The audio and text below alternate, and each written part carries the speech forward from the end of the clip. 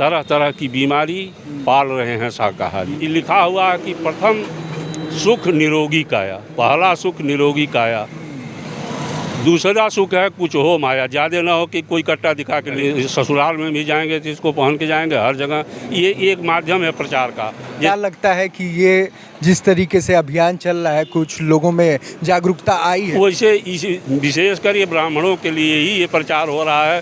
ब्राह्मण इस समय बहुत शाकाहारी रह ही नहीं गए हैं। कबीर साहब ने लिखा है कि तिल भर मच्छी खाई के कोट गऊ दे दान, काशी करवत ले मरे तो भी नरक निदान। तिल भर, यहाँ तो कुंटल कुंटल लोग खा गए। मांस का संस्कृत शब्द है, मांग माने मुझको, सौ माने वह भी। हम उसको खा रहे हैं तो वो हमको खा रहे हैं। जो भी बात है, अगर कोई मांसाहारी है तो उसके समझ में नहीं आ सकता है। सत्य की खोज। नमस्कार, मैं शुभम त्रिपाठी और आप देख रहे हैं टाइम्स ऑफ हिंद।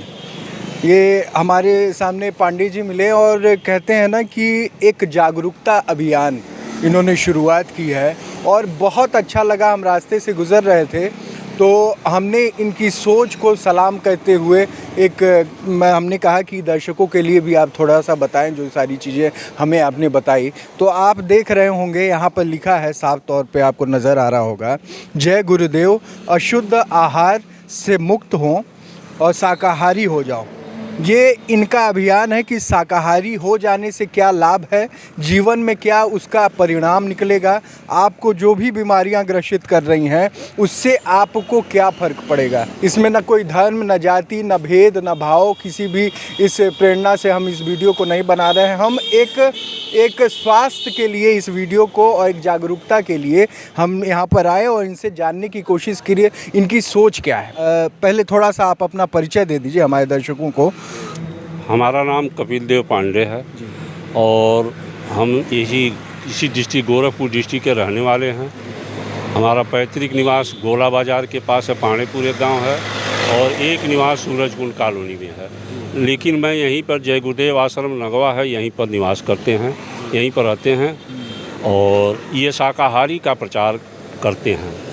क्योंकि शाकाहारी ये धर्म तो आजकल पूजा पाठ तो बहुत हो रहा है, लेकिन लोग शाकाहारी होकर के नहीं पूजा पाठ कर रहे हैं। इस नाते वो तो समझ रहे हैं हमारी पूजा कबूल हो रही है, लेकिन उनकी पूजा कबूल नहीं हो रही है। क्योंकि कोई भी देवी देवता मांसाहारी नहीं है। मांस आप किसी देवी देवता को नहीं चढ़ाते हैं।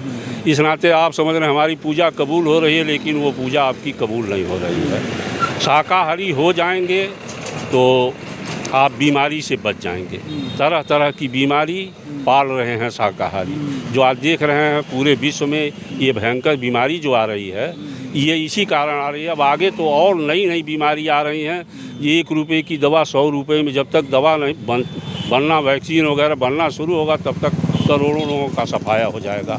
आगे और तमाम तरह की नई बीमारी आ रही हैं। इस नाते हम लोग इसको प्रचार कर रहे हैं कि आप शाकाहारी हो जाएंगे तो बीमारी से बच जाएंगे। क्योंकि कुदरत है नाराज़ खड़ी और आपको सज़ा देने के लिए वो कुदरत तैयार है। तो अगर शाकाहारी हो जाएंगे, शाकाहारी आप मानव प्राणी हैं, आप शाकाहारी, आप मांसाहारी जीव नहीं हैं।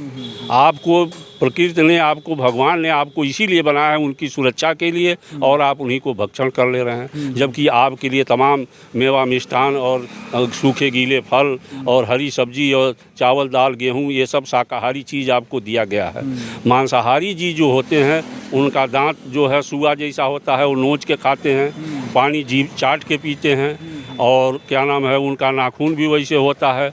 वो जैसे शेर है, मांसाहारी है, वो मर जाएगा, भूखों मर जाएगा, लेकिन वो चावल दाल रोटी नहीं खाएगा। वो जब खाएगा तो मांस ही खाएगा।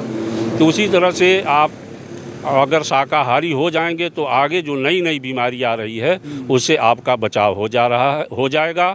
हम लोग इसी अभियान में लगे हुए हैं कि जितने क्योंकि आगे ऐसी बीमारी आ रही है, जो शाकाहारी रहेंगे उन्हीं का बचाव होगा, वही बच पाएंगे।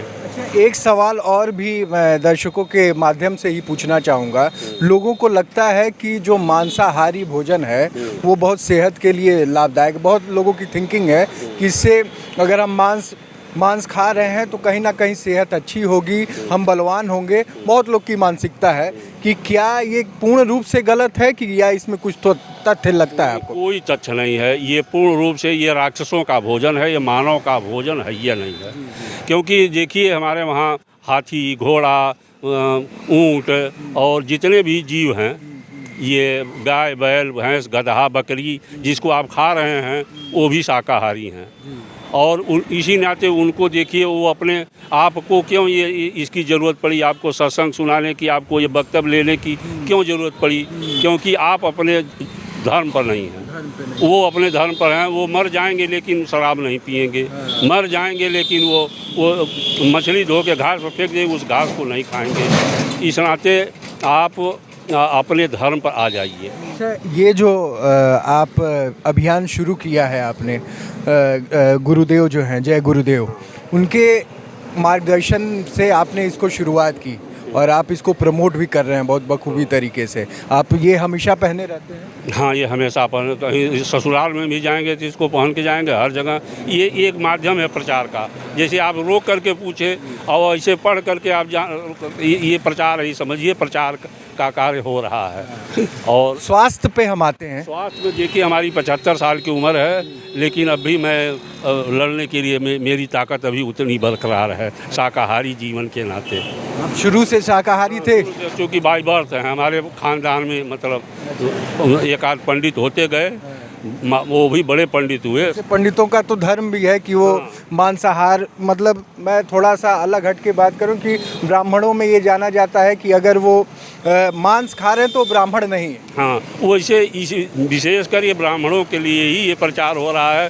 ब्राह्मण इस समय बहुत शाकाहारी रह नहीं गए हैं। 5% जो बुढ़े हैं, जो पुराने लोग हैं, वही शाकाहारी हैं, नहीं तो नई जनरेशन जो है वो तो मांसाहारी। ये इज्जत भी घट रही है। हाँ, कोई नमस्कार नहीं तो हम ब्राह्मण जब आता था तो लोग चारपाई से उठ के खड़े हो जाते थे और तुरंत प्रणाम करते थे। अब कोई प्रणाम नहीं करना चाहता इसी रहते, क्योंकि उसी के साथ अब बैठ करके शराब पी रहे हैं, मांस खा रहे हैं, तो कैसे आपको।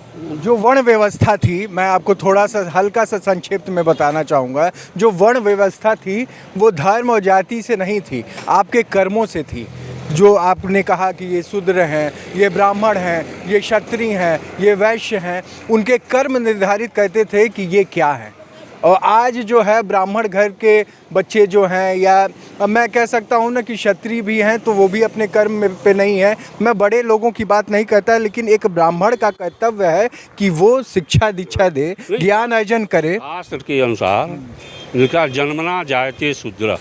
जन्म से सब लोग एक ही तरह से पैदा होते हैं, कोई ब्राह्मण जनेऊ पहन के नहीं पैदा होता है। जन्म तो उसी नाते कहा कि जन्मना जायते शूद्र, यज्ञोपवीते द्विजः, मतलब दूसरा जन्म हो जाता है। जनेऊ जब होता है तो दूसरा जन्म हो गया। अध्यात्म ज्ञाते तिथि विप्रह कथते, जब वो वेद पुराण रामायण गीता शास्त्र जाने तब भी अभी ब्राह्मण नहीं हुए, वो विप्र पंडित हुए।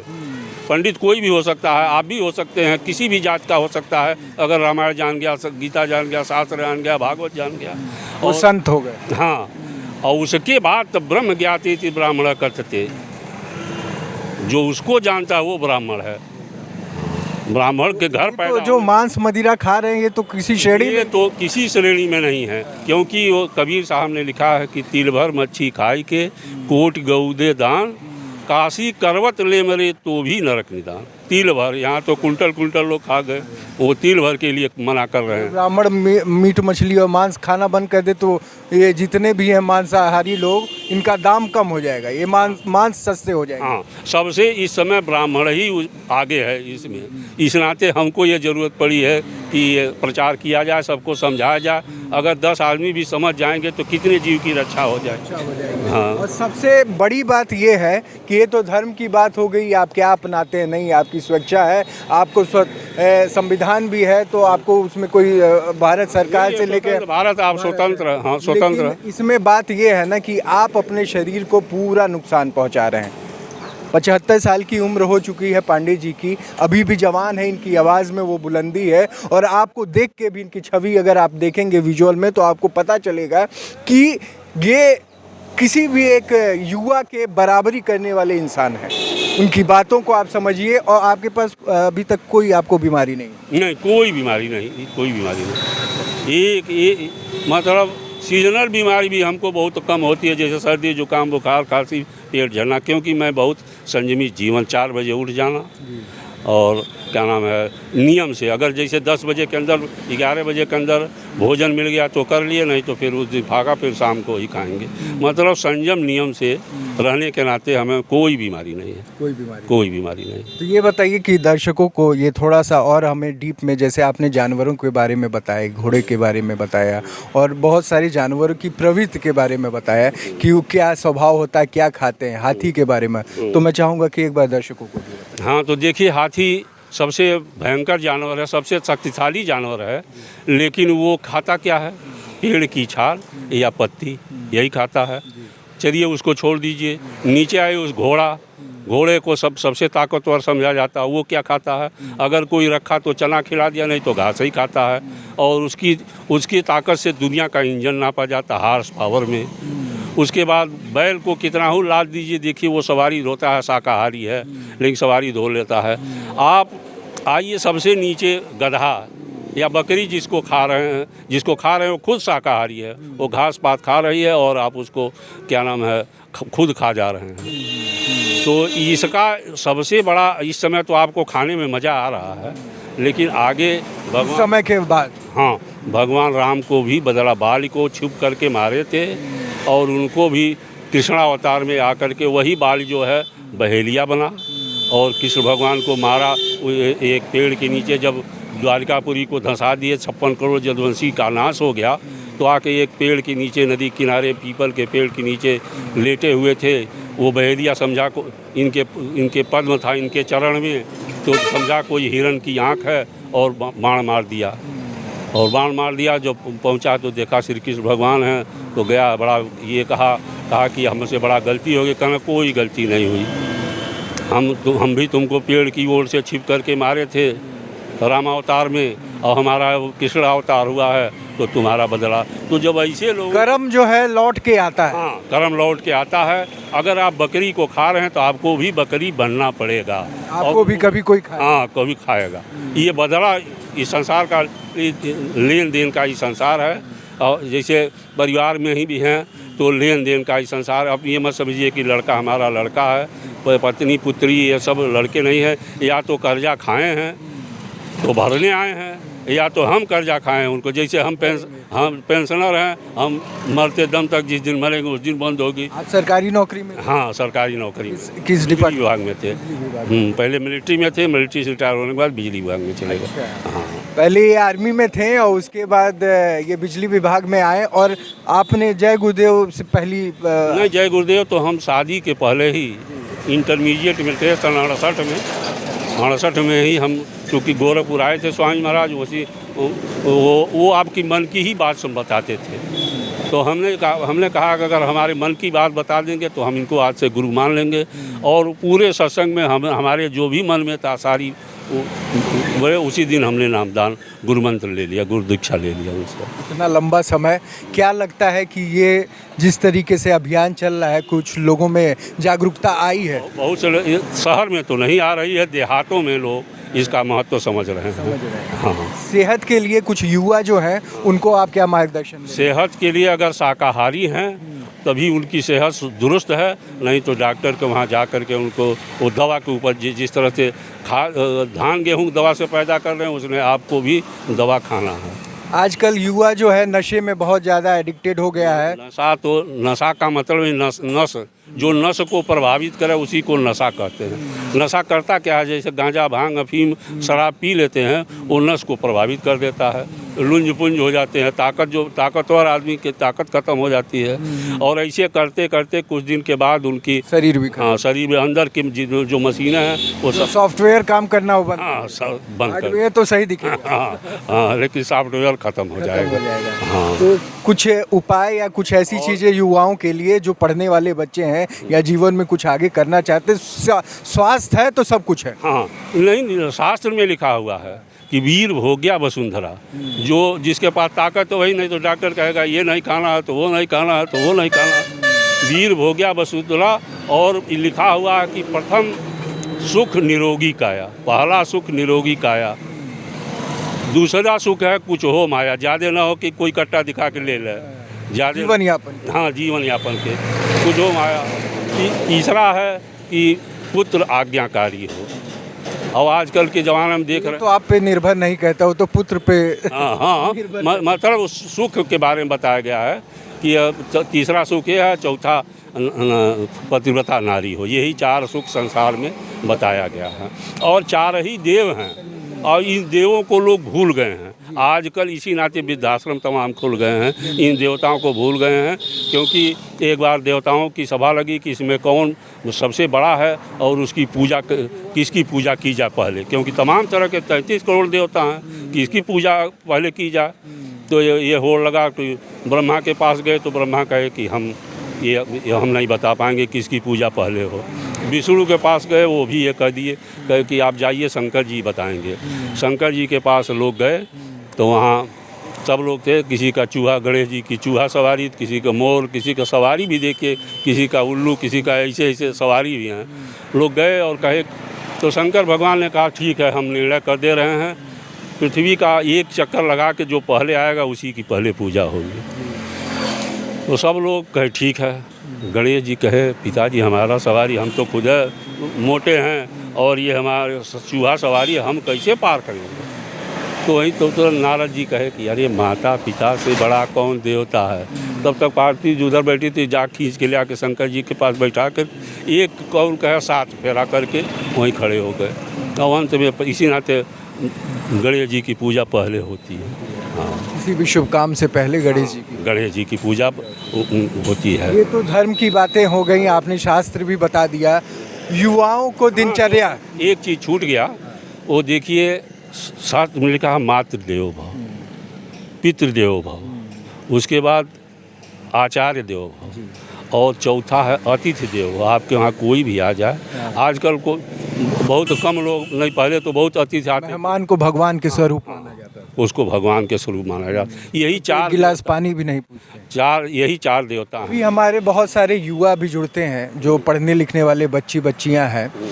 उन लोगों के लिए आप शाकाहारी का तो एक उद्देश्य चला ही रहे हैं, एक अभियान चला ही रहे हैं, साथ साथ में उनकी दिनचर्या क्या हो और मांसाहारी न ग्रहण करके, उसको न खा के किस तरीके से शाकाहारी को अपनाकर जीवन को स्वस्थ बनाया जा सकता है। तो उनके लिए हमारा यही अनुरोध है उनसे कि वो शाकाहारी जीवन व्यतीत करेंगे तभी वो धर्म पर चल पाएंगे। क्योंकि धर्म का हमारी जो भी बात है, अगर कोई मांसाहारी है तो उसके समझ में नहीं आ सकता है। रावण को भगवान राम, अंगद गए, हनुमान गए, सब गए, समझा करके हार गए। अंत में भगवान राम भी गए, लेकिन उसकी समझ में नहीं आया क्योंकि वो मांसाहारी था। तो क्या दिनचर्या होनी चाहिए? एक दिनचर्या होनी चाहिए कि देखिए ब्रह्म मुहूर्त है, सुबह 4 से 6 बजे तक, 3 से 6 बजे तक ब्रह्म मुहूर्त है। ये उसको याद करने का, उस समय कोई काम नहीं रहता, उसको याद करने का यही मुहूर्त है। उसके बाद से तब तो ब्रह्म मुहूर्त में उठे विद्यार्थी, क्योंकि लिखा है कि शास्त्र में लिखा हुआ है कि विद्यार्थी को काग चेष्टा बकुल ध्यान, स्वान निद्रा तथैव च अल्पहारी ब्रह्मचारी विद्यार्थिनम पंच लक्षणम। विद्यार्थी का ये 5 लक्षण है। इस लक्षण पर आप रहेंगे तो आप सक्सेस भी हो जाएंगे। आप जिसके लिए कि हमको पढ़ लिए, इतना नौकरी नहीं मिल रही, ये नहीं मिला, लेकिन आप पहले तो जो नियम, जो प्रकृति का नियम, प्रकृति के हिसाब से जब रहेंगे तो आप कोई भी कष्ट नहीं होगा। क्योंकि इस संसार में हम गांड खोल के आए थे, गांड खोल के जाना है, न कुछ लेके आए थे न कुछ लेके जाना है। लेकिन हम लोग जो इस संसार को बनाने में लगे हुए हैं, ये संसार किसी का नहीं। हमारे पिताजी कहते थे ये घर हमारा है, ये खेत हमारा है, लेकिन चले गए वो, कुछ नहीं ले जाए। हाँ, कुछ नहीं ले जाए, सुई के नोक के बराबर ही नहीं। वैसे हमारे पिताजी हम कह रहे हैं कि हमारा खेत है, हमारा घर है, लेकिन हम भी जाएंगे तो कुछ लेके नहीं। ये विद्या रामायण में लिखा हुआ है कि मात पिता बालक ही बुलाओ ही उदर भरण की सीख सिखाओ। आजकल के माता पिता भी क्या नाम है, बच्चों को कहते हैं बेटा हाई पढ़ लो तो डॉक्टर हो जाओगे, हाई पढ़ो तो इंजीनियर हो जाओगे, हाई पढ़ो, लेकिन ये नहीं कहते कि शास्त्र कोई नहीं। हाँ, ये नहीं कहते कि ये पढ़ लो तो भगवान मिल जाए। हमारा यही रिक्वेस्ट है, अनुरोध है, विनती है कि आप शाकाहारी हो जाएं। आप बुद्धिजीवी प्राणी हैं, आपके अंदर ये ज्ञान है कि क्या अखाद्य वस्तु है, क्या खाद्य वस्तु है, आपके अंदर ये ज्ञान है। और उस जानवर के अंदर जिसके अंदर बुद्धि तत्व भी नहीं है, ये बुद्धि तत्व के नाते ही आप बिगड़ गए हैं।